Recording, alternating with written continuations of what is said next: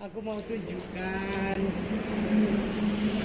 ada Sri Gading Varigata. Ini nih ada banyak macam jenis suru-suruan atau Sri Gading. Ada yang hijau, ada yang putih, ada yang varigata begini. Tetapi ini bedanya adalah lihat daunnya itu cekung-cekung ya, kayak mangkok-mangkok ini. Varigata mangkok, aku menyebut sendiri. Akan saya reporting juga karena saya beli di Bandungan. Ini 15.000 dan saya reporting. Ini akan cepat bertumbuh dan indah dan bisa menjadi tanaman hias yang bagus. Ini saya juga suka. Ini saya beli di Jogja. Again and again reporting. Saudari-saudara, kita makan pagi. Dan saya ditemani oleh sahabat sebelum saya kesini bahkan mengenalnya, Mas Kris Kentuk. Jenengmu ora Kentuk ya? Kris apa sih? Kris Kentuk Ruwanto. Ning ora nggo Kentuk to mbiyen? Iya. Kris Ruwanto. Ini seorang bapak tentu saja, dulu seminari. Dan kemudian ya pasti didewasakan oleh pesiaran hidupnya. Dan kalau saya Misa, ini orang ini sangat diam, tenang, anteng, dan kusuk. Saya ingin bertanya bagaimana sih, Kris, kowe menghayati Ekaristi pada umumnya seperti apa, lalu nanti tentang konsekrasi, Kris, supaya kita semua belajar dari pengalaman, bukan belajar dari teori. Bermula dari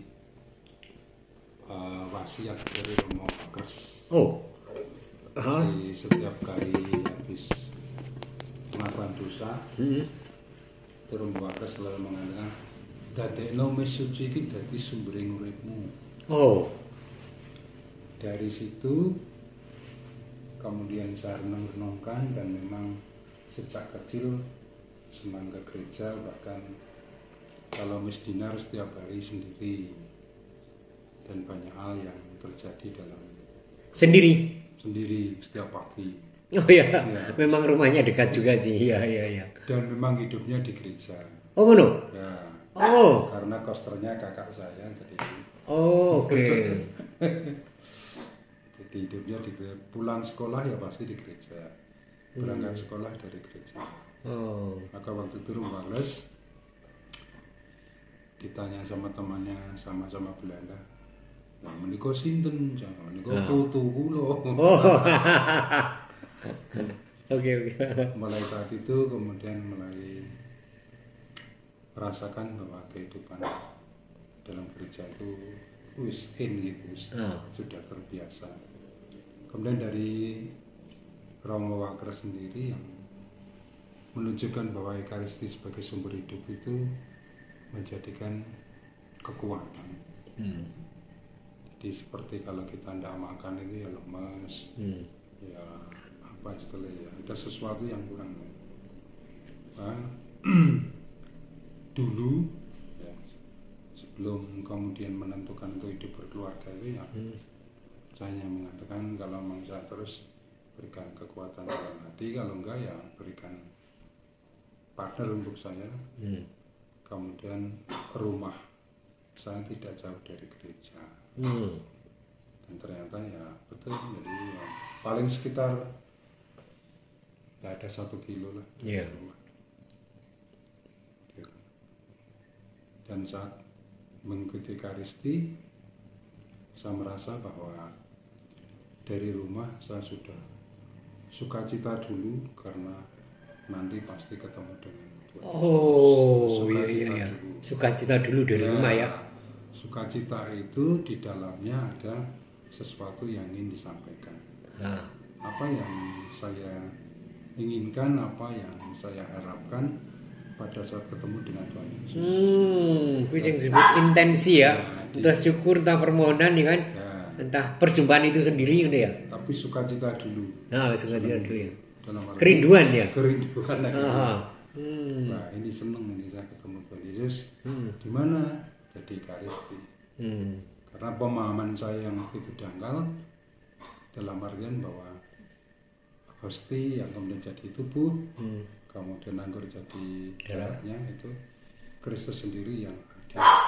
Iya. Pada saat itu saya benar-benar secara fisik kemudian campur dengan, kalau boleh dikatakan dalam tanda kutip gaib, itu kan tidak kelihatan ya, perubahan itu kan tidak kelihatan. Yang bisa merasakan kita sendiri dalam hati, kemudian karena percaya penuh dengan keyakinan bahwa yang di sana itu Tuhan Yesus, maka ya dari awal masuk gereja saya sudah menyapa dulu tubuh dan darah Kristus dalam sakramen Maha Kudus, kasihanilah aku.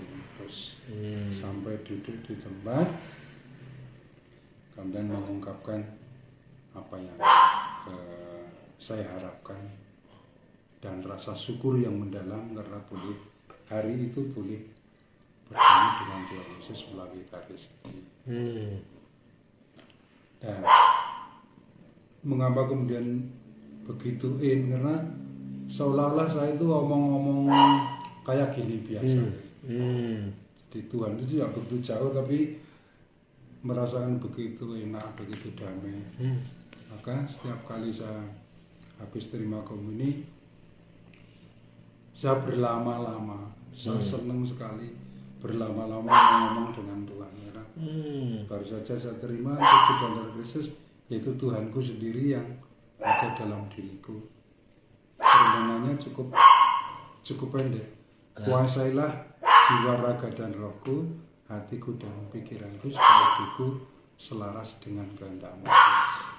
Ignatius banget nih. Itu yang muncul. Ya. Nah, dari situ kemudian apa yang saya terima dalam Ekaristi itu menjadi satu bekal, menjadi satu kekuatan untuk menjalani hidup di seluruh hari. Agus ketemu Gusti, ketemu Gusti kudu seneng. Apapun yang dialami kemudian, lalu kerso dalem wong Agus tak serahke jiwa ragaku di pagi hari, seluruh hari itu berarti kehendak Tuhan. Apalagi ditambah dengan sabda Tuhan. Nah, biasanya diwarnai oleh sabda itu yang hari itu yang jadi wajiban mengingat sabda itu dari paling tidak satu ayat itu ingat, saya masukkan dalam hati, silakan berbuah.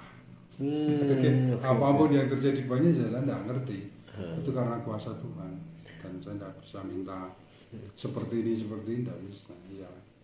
Ya dengan begitu saja muncul. Ketemu dengan siapapun juga, entah itu satu iman atau enggak, ya itulah. Entah menyenangkan atau menyedihkan. Ya, itulah buah dari sabda hari itu. Di apa ya, boleh roto sok suci itu boleh dikatakan bahwa kalau mau melakukan seperti ini terus kelingan ya. Ingat akan sabda. Saya pernah diucap Tuhan Yesus sendiri, buangan sing ganggu uripmu lan mertobato. Apa? Buangan sing ganggu uripmu lan mertobato. Lan mertobato. Mula uripmu bakal mulya. Oke. Skopatom iki. Jadi setiap kali saya harus membuang segala sesuatu yang otomatis yang dibuang secara logika, energi negatif. Itu yang harus mulai dibuang. Energi negatif dibuang, otomatis kan pikiran menjadi positif. Oke. Aku menangkap apa yang panjenengan sharingkan itu sebagai pengalaman Ekaristi.